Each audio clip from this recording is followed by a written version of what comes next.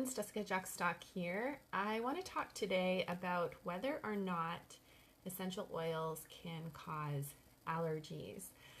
So I'm taking on a little bit of a controversial topic, which I discovered is pretty controversial as I did my research on this topic. So I am preparing myself here for the haters. But hopefully I'll present this in a way that's not too controversial and that will kind of clear up the issue a little bit for some people. So yesterday a friend asked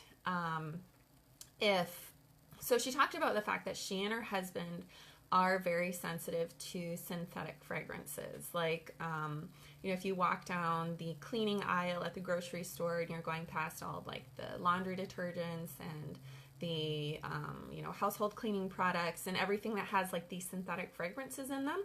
I know this happens with me, maybe it happens with you as well, where you get a headache from like the smell of these synthetic fragrances. So this is actually a little bit different of an issue from being allergic. And so there's kind of two parts to this that I want to talk about. So her question was, if we have sensitivity to these synthetic fragrances, are we also going to have sensitivity to the smells of essential oils? So I just want to start by saying that if you're sensitive to synthetic fragrances, this does not necessarily indicate, and probably does not indicate, that you will also be sensitive to the scent of essential oils. The reason for that is that with synthetic fragrances, these compounds contain several different chemical combinations that are triggering a reaction that gives you that headache or other kinds of sensitivities to the scent. The interesting thing about fragrance, I've mentioned this a few times before, but it bears repeating, the ingredient fragrance is actually not like one single ingredient. It's a mixture of several different chemicals, and manufacturers actually don't have to disclose the chemicals that make up that fragrance ingredient. So you could be allergic to or have a sensitivity to any number of chemicals within that compound. So it's very common to have a sensitivity to a fragrance. One thing might even be that it has a formaldehyde releaser in it, and you could be experiencing a sensitivity to that formaldehyde releaser. So hey Alyssa, hey Jennifer, thanks for hopping on. So basically, if you're sensitive to a fragrance for that reason, the fact that it's made up of these compounds of chemicals, your essential oils, if they're pure essential oils, are not going to be made up of the same compounds, so you would not have a sensitivity to them for that reason. However, having a sensitivity to scents or to artificial fragrances is not exactly the same thing as an allergy, so I want to kind of touch on that part of the equation as well, because it's not just about the way that they smell. There could also be some issues with what the oil is made up of. So the most common reason for having like a topical sensitivity to an essential oil, like if it's being applied to your skin, is that the oil is being cut with some kind of a filler or the filler would be some kind of a chemical that you would be sensitive to. Chemical other than like the naturally occurring chemicals that essential oils are made up of. So for example, a lot of manufacturers, in order to cut costs on the cost of their essential oils, they will put other ingredients in the oil to extend it and make it cheaper. Or they will use some kind of harsh chemicals to extract the oil from the plant in the first place. So you may experience a sensitivity to those chemicals within the essential oil if you're not using a high quality pure essential oil.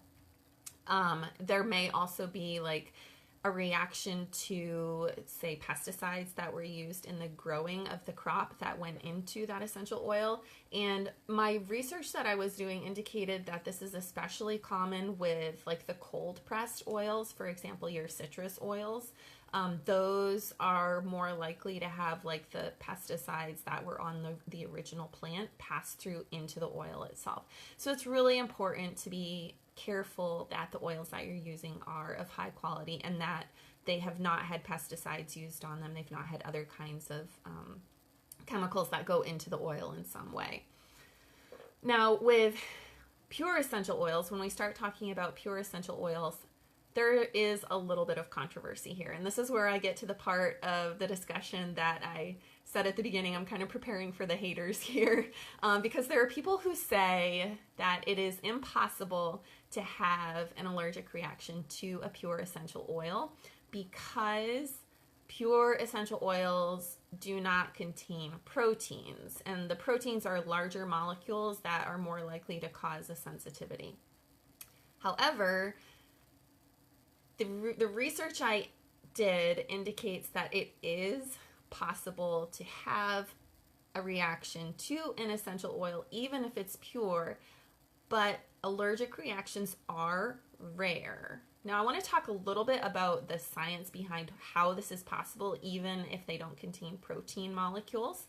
And the reason is that it's a little bit different than a typical allergy. So essential oils, one of the molecules that they have in them, they have something called haptens. I think that's how you say it. And these are like molecules that can bind to the proteins in your body and trigger an immune reaction, an immune response. So you may notice like your skin breaks out or something like that. There are actually a couple different reasons, not to confuse the issue too much, why your skin could start breaking out if you put an oil on it. So the first reason is that you may actually be experiencing a detoxification reaction. So the oil is like responding to some kind of toxin that's in your system and it's pulling it out, and that's causing a reaction on your skin.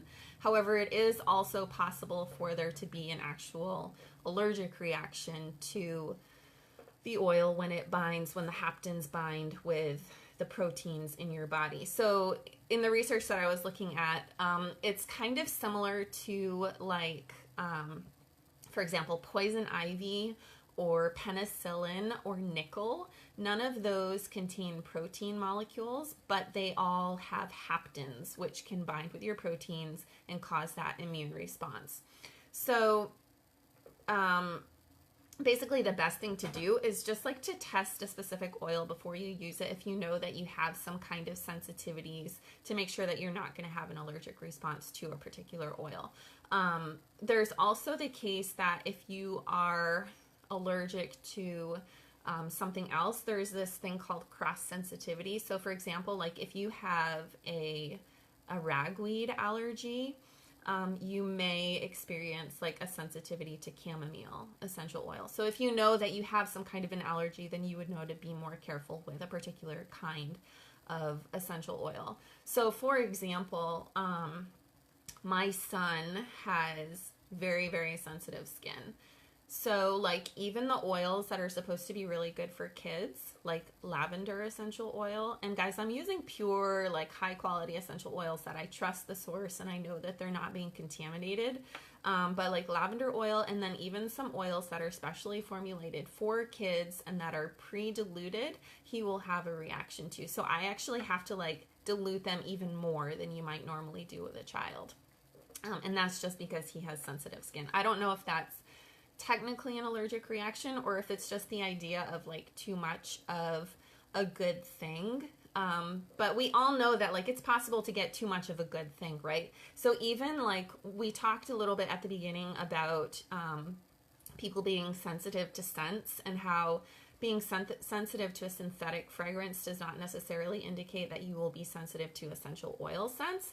But if you have like a big concentration of those oils and you're like inhaling them, I mean, that's going to be too much of a good thing, and your body's going to say, wait, no more, that's too much.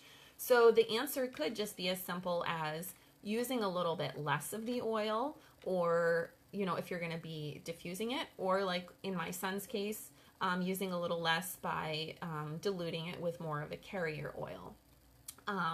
So it's always a good idea, like if you know you might be sensitive, to do some kind of like a patch test on your skin with a higher dilution to see how you're going to respond to it before you use it. Let me see what Jenny says. Allergic to geranium.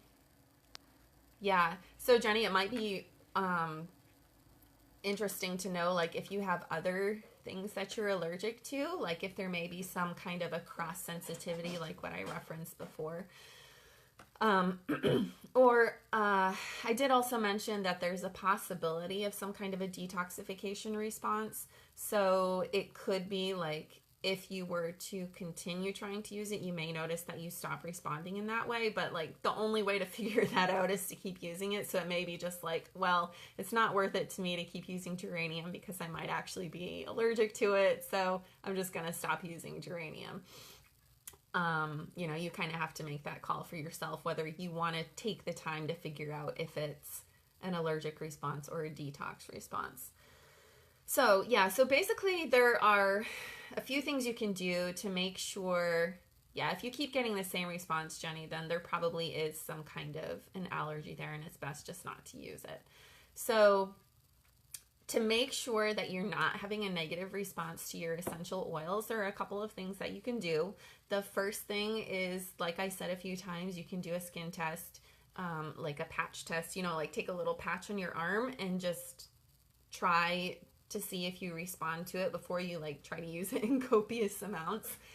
And use dilution if you think that you may be sensitive. Like I mentioned with my son, I always dilute more than I think I need to with him because he does react to certain oils. And I'm not sure specifically which oils he's reacting to. I just know there's like he will have reactions when I use even pre-diluted children's blends on him.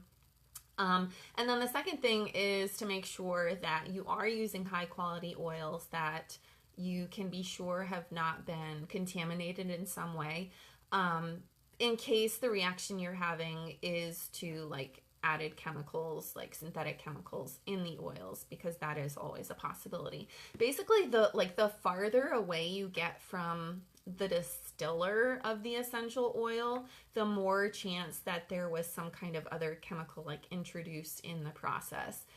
So like the closer you can get to like where the oils were grown and harvested and distilled and bottled and, you know, sent out to you, like if that can all happen in one place, you have the best possibility of getting a high quality pure essential oil. Of course, I have oils that I use and love, and I trust the company, and I'm happy to talk with you more about those if you would like to know more about that. But you know, do your research and make sure that whatever you're choosing is, you know, high quality and good for you and your family. So if there are any questions about that, feel free to ask. Again, I know this is a little bit of a controversial topic because there are your purists who like to say that because there are no proteins in the oils, you can't possibly be allergic to them, but they can actually bind with proteins in your body and cause an allergic response. And so I just kind of wanted to, what's the word? Like be the voice of truth, I guess. Like tell you that I think oils are amazing and they're awesome, and it's important that you use pure oils because you're going to have fewer responses, like negative responses to pure oils, but it is also possible to have a reaction to a specific oil under certain circumstances. So I hope that information was helpful for you guys. If you found value in that, please let me know. Please like, comment, share. Let me know what you thought, and I will chat with you all again later. All right, have a great day.